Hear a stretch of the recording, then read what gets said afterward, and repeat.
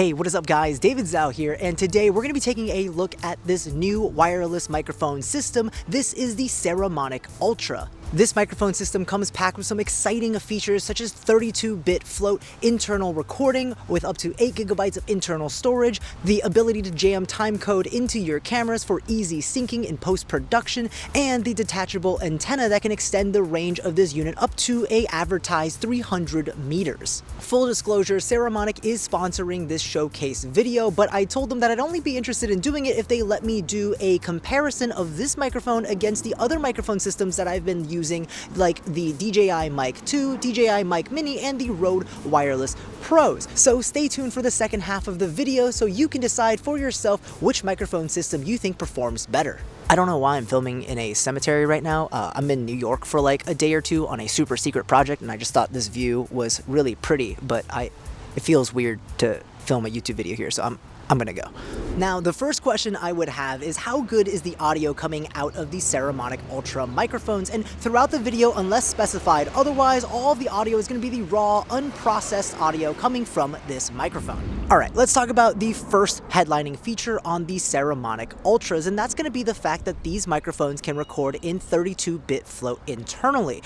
And what 32-bit float means, really the TLDR, is it's kind of like the audio equivalence of shooting your footage in log picture profile. It's giving you that headroom above and below to record more audio data, which means it makes clipping the audio extremely difficult. 32-bit float is one of those features that, in my opinion, is a huge quality of life improvement, because sometimes you put your microphones in a scenario that is uncontrolled. You don't know if the volume surrounding the talent or the subject is going to be super loud or really quiet, and maybe you think it's going to be really quiet and you set your gain levels to account for that, but then, you know, the situation changes and you get too loud and it starts peaking and it starts clipping, and that just sounds really bad. So being able to record in 32-bit float, it gives you huge peace of mind knowing that, hey, no matter what happens in the scene, more than likely you are able to recover all of that audio, nothing will clip, and you'll walk away with usable audio. Unlike the time I was hanging out with 𝗚𝗘𝗥𝗏𝗧𝗏 and I set my gain levels wrong on my microphone, and the entire clip that we shot together was clipping. Hello YouTube channel, how's it going? Are you subscribed? If you're not subscribed, that thing better be checked thing, right? Which I then had to rescue the audio by using an advanced audio processor. You know, I could have avoided all of that if I just recorded on a microphone with 32-bit float. Next to it, the like thing, and then you got to go to the previous videos and like it. If you're not, you're doing it wrong. Guys, doing it wrong. The potato himself said it, so you have to do it now. It's a fact. Yeah. Or else 12 years of bad luck or something like that, right? I don't know if that. Yeah, you don't want that. You don't want that. No. Oh, and with that 8 GB of internal storage, that means each of these transmitters can record about 10 hours of 32-bit audio. Now, let's talk about the second most interesting feature of this microphone system, and that's going to be the fact that it can record timecode information. Now, to talk about timecode, let's first ask the question of how do we normally sync audio from an external microphone to the scratch audio that is recorded on the camera. And the usual and easiest way is going to be to line up the waveforms inside of your video editor, and programs like Adobe Premiere Pro make it actually quite easy to do that. However, it can be really time consuming to do all of that syncing manually. If you have multiple video cameras, multiple audio recording sources, aka you're shooting multicam setups for things like weddings, live events, seminars, that's going to start eating up a bunch of your post-processing time. That's where timecode comes in. See, timecode is really simple. All it is a frame-accurate recording of the timestamp when that video or audio was recorded. And when you have a system like this that can record timecode into the audio recorders, and it can also jam timecode into your cameras, now you're able to take those two files into your editing software and just say, hey, go ahead and sync up all of the video and audio files based on the timecode, and it'll just lay it all out for you. Saramonic actually has a really good tutorial video on their YouTube channel that you should check out if you're interested in this topic, where they show you how to use the Saramonic Ultra to jam timecode into all of your different cameras, so that way in post-production you can very easily sync all of your files. One of the things that I like to see companies do is bring down the barrier of entry so that it becomes much easier for anybody to pick up a camera or a microphone like this and start creating without having to be like an audio engineer and still get good sounding audio. And one of those features found in the Saramonic Ultra is automatic gain control. So that means when I go from whispering to to talking very loudly at the microphone should be able to adjust that gain so that I'm not clipping through your speakers right now, and the audio should sound okay. The Saramonic Ultra also has built-in noise cancellation, so if you happen to find yourself filming in locations with a lot of background noise that's distracting, like the AC going off right now, or the aviary noises I'm playing in the background behind the camera right now, all you have to do is press the noise cancellation button. The LED on the front should turn green, and now you should be hearing noise-canceled audio coming straight out of the microphone. And here's what it sounds like if I stop talking. And while in-camera noise cancellation like this really is never going to be the best form of noise cancellation you can get, when you're on the go, running, gunning, trying to capture some content, it's always handy to have this as an option so you can get legible sounding audio. And the Saramonic Ultra even has audio profiles to dial in the sound you're looking for. Right now, you're listening to the original audio, the normal audio, but let me go ahead and switch it real quick. And now I just switched it to the vocal boost option, which should change the EQ of the audio to sound a little bit crisper for dialogue. Next, let's talk about transmission range. The Saramonic Ultras claim to be able to transmit up to a maximum distance of 250 meters, which keeps it in line with the other microphone systems I own. The DJI Mic 2s claim to also be able to transmit up to a maximum of 250 meters, while the Rode Wireless Pros claim to be able to transmit up to 260 meters. So really, they basically claim to be able to transmit up to the same distance. Now, 250 meters, 260 meters is a very long distance, and as we know with these kinds of claims, these numbers are developed in controlled environments, and in real-world applications, you're probably going to get a distance that is much shorter than that. But here's something that's really cool about the Saramonic Ultra. It has a little trick up its sleeve. Check this out. As you can see here, the Saramonic Ultra comes with this detachable antenna that you can attach to the receiver, and according to Saramonic, it can increase that maximum transmission distance up to 300 meters. And of course, later in this video, we're going to put that to the test and compare the Saramonic Ultra against all of my other microphone systems and do a little bit of a range test comparison and see how well each of them holds up. All right, so this is a new one for me.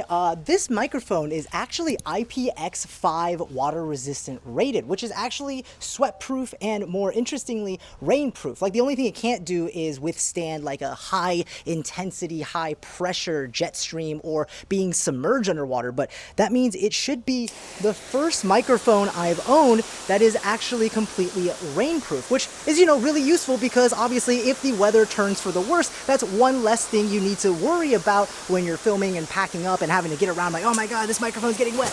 This microphone's getting so wet. Oh my goodness. I mean, it's still working, right?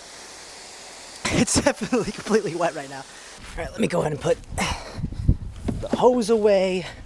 All right. Mic check 1 2. Mic check 1 2. Is the microphone still working? Did I break it, or is the audio still coming through?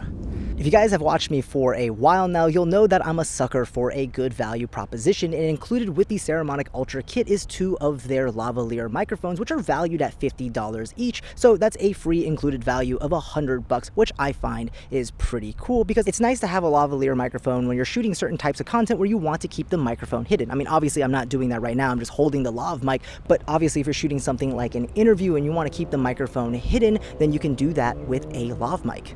Okay, next let's talk about the build quality of the Saramonic Ultras. Basically, I mean, it's pretty familiar looking to other wireless microphones you would have seen by this point. The wireless charging case itself feels very lightweight, but you know, it's pretty durable.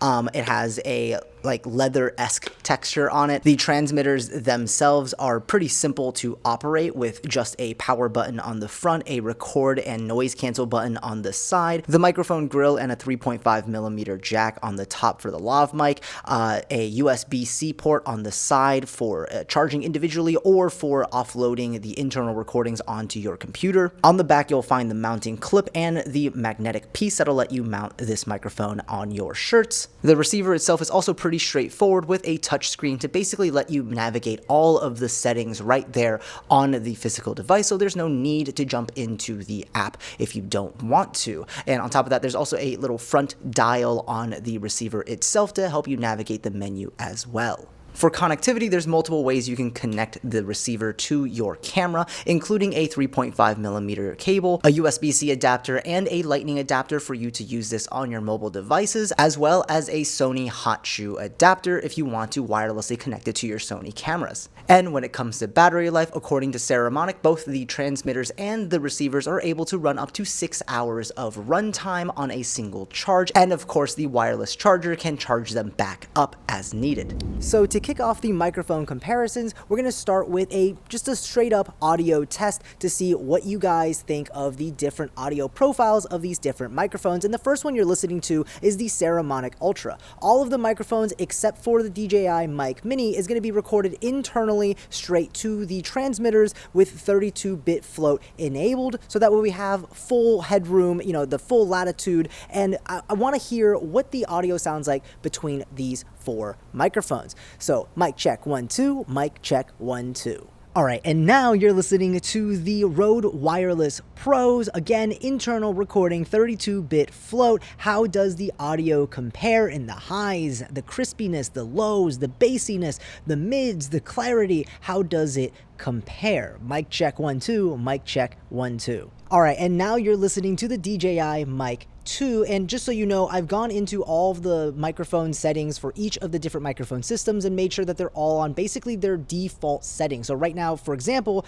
the Mic 2 has a low cut filter. I have that turned off. This should be the out-of-the-box audio experience you would get with all 4 of these microphones. Again, mic check 1 2, mic check 1 2. How does it sound? And finally, you're listening to the DJI Mic Mini. Again, this microphone cannot record internally to the transmitter, so right now it is actually transmitting to the receiver, which is plugged into the 3.5mm audio jack on my Sony ZV-E1. Considering the DJI Mic Mini is the cheapest and smallest microphone out of the 4 with the most limited feature set, I'm curious, how does the audio quality stack up? All right, let's do one more mic check. Ice, ice, icicle, try, tricycle, test, 1 2 3.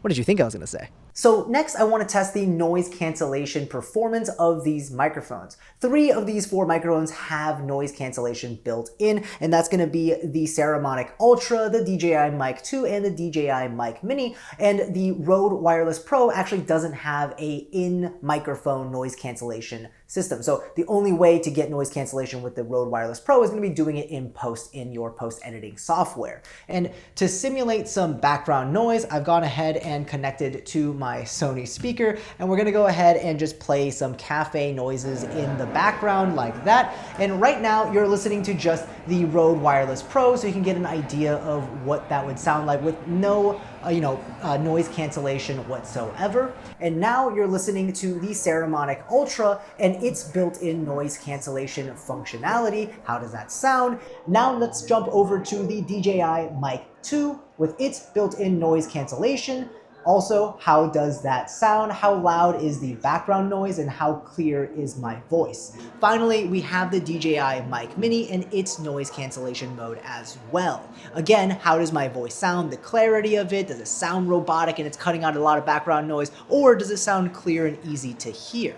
My hunch is going to be the fact that all of the noise cancellation sounds serviceable. Like, you could use it for quick content. Say you're filming for social media, for your Instagram reel, for your Instagram story. But if you're doing anything that's like even remotely production related, paid work for clients, you probably don't want to use noise cancellation. You'd rather use the raw audio so you have the best audio file to work with, and then use post-editing software to process it and remove noise there. Because I feel like, for example, I'm going to do that right now with the Rode Wireless Pro. I feel like that way you get the best sounding audio possible. Another comparison I want to do is going to be on the Lavaliere microphones that are included with these individual microphone sets. Now, here is one thing though. I have a Lavaliere for the Saramonic Ultra because it came included in the kit I received, and I have the Lavaliere microphone for the Rode Wireless Pro because that also included their Rode Lav Mic 2. However, the DJI set that I got, both for the DJI Mic 2 and for the Mic Minis, they don't have any included Lavaliere mics. And as a matter of fact, the Mic Mini doesn't even have a audio input jack, so you can't attach a lavaliere to it. And I said this in my last microphone comparison video, but I just didn't feel like picking up another lavaliere microphone for the DJI Mic 2, so sorry about that, guys. Let me know in the comment section if you really, really want that comparison. I could probably make that happen. But anyways, I wanted to compare the Saramonic Ultra's included lav to the Rode Wireless Pro's included lav, because the Rode Wireless Pro's included lavs, the lavaliere Mic 2s, are actually really fantastic lavaliere microphones, and I'm very curious, how does the Saramonic Ultra's lav stack up against it? So obviously throughout this entire segment here, I've been flipping back and forth between the two microphones, and I'm curious to hear what you guys think on which lavaliere microphone sounded better. Next, let's do a little bit of a transmission range test. We're going to see how far we can go away from the camera with the transmitter transmitting to the receiver that's plugged into the Sony ZV-E1, and see if we experience any cutouts. We're going to be comparing the Saramonic Ultra to the DJI Mic 2, the DJI Mic Mini, as well as the Rode Wireless Pro. All right, I'm going to start walking and I'm going to stop yapping. Or I guess I got to keep yapping because otherwise this test doesn't work. But I'm going to go like 25 feet out. Okay, mic test 1, 2, 3, 4. Mic test 1, 2, 3, 4. I'm a little over 25 feet away from the camera, facing towards the camera with the Saramonic Ultra. Now, how does it sound if I have my back to the camera? You know, now I don't have line of sight. Typically, these wireless transmitters really struggle with this kind of scenario. Okay, this is the DJI Mic 2, 25 feet away from the camera with line of sight.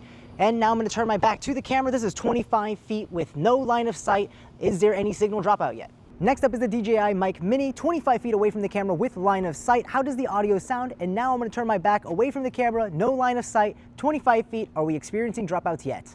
All right, we are 25 feet away from the camera with line of sight, and I'm going to go ahead and turn my back to the camera, no line of sight, 25 feet. Are we experiencing dropouts? Okay, we're about 50 feet away. Again, this is the Saramonic Ultra, 50 feet away from the camera with line of sight. This is how it sounds. And this is 50 feet away without line of sight, having the microphone blocked. Let's see if there's any dropout. DJI Mic 2, we are now 50 feet away from the camera with line of sight. How does the audio sound? Is there any dropout? Now I'm going to turn my back to the camera, 50 feet away from the camera with no line of sight. How does the audio sound? Now we are at 50 feet away from the camera with a line of sight. How does the audio sound? Let me turn around, and no line of sight, 50 feet away. Do we have dropout yet? Now we're at 50 feet away from the camera with line of sight on the Rode Wireless Pro. How does the audio sound? As I turn away from the camera, zero line of sight. How does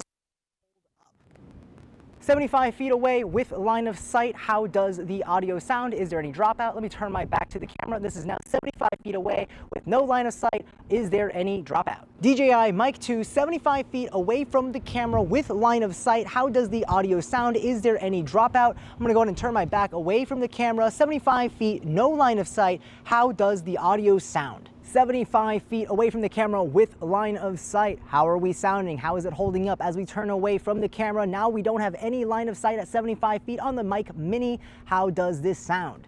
75 feet from the camera with line of sight. How does the audio sound as I turn away from the camera? 75 feet, no line of sight. Are we Okay, we're about 100 feet away from the camera now with line of sight. How does the audio sound? Are we experiencing any dropouts? What if I turn my back? This is 100 feet away from the camera with the Saramonic Ultra with no line of sight. How does it sound? DJI Mic 2, 100 feet away from the camera with line of sight. Now I'm going to turn my back. We are 100 feet away from the camera with the DJI Mic 2, no line of sight.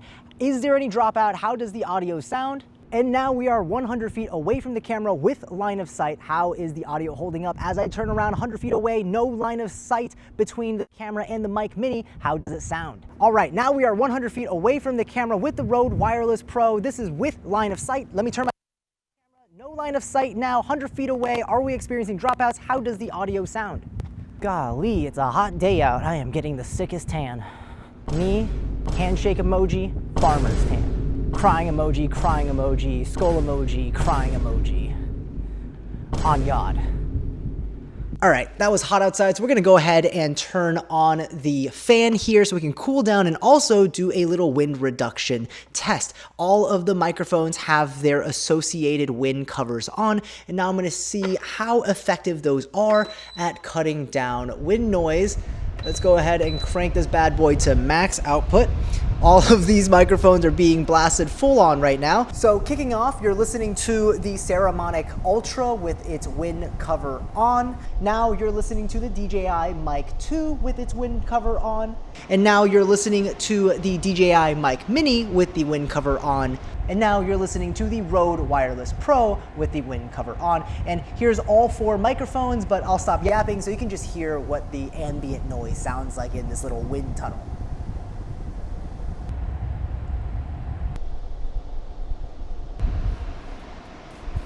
All right, let's talk about pricing and wrap this video up. I think the runtime of this video is probably somewhere north of 20 minutes now. This accidentally turned out to be one of my longer videos on this channel. Okay, pricing. The Saramonic Ultra is priced at $299, and that includes the wireless case, the 2 transmitters, 1 receiver, as well as a bunch of accessories, including the 2 lav mics, the range extending antenna, wind muffs, and all of that fun stuff. And honestly, it's probably one of the better value propositions in the lineup of today's microphones, just because it comes with so much while still being able to do things like record 32-bit internal and jam timecode, which could be a pretty big deal if timecode is a workflow that you're looking into. Next is the DJI Mic Mini, and that comes in at $169, which is the cheapest microphone set on today's list. And I do think it is one of the more awesome options when you're looking for a cheaper microphone, because the audio quality sounds pretty good to my ears, and the range and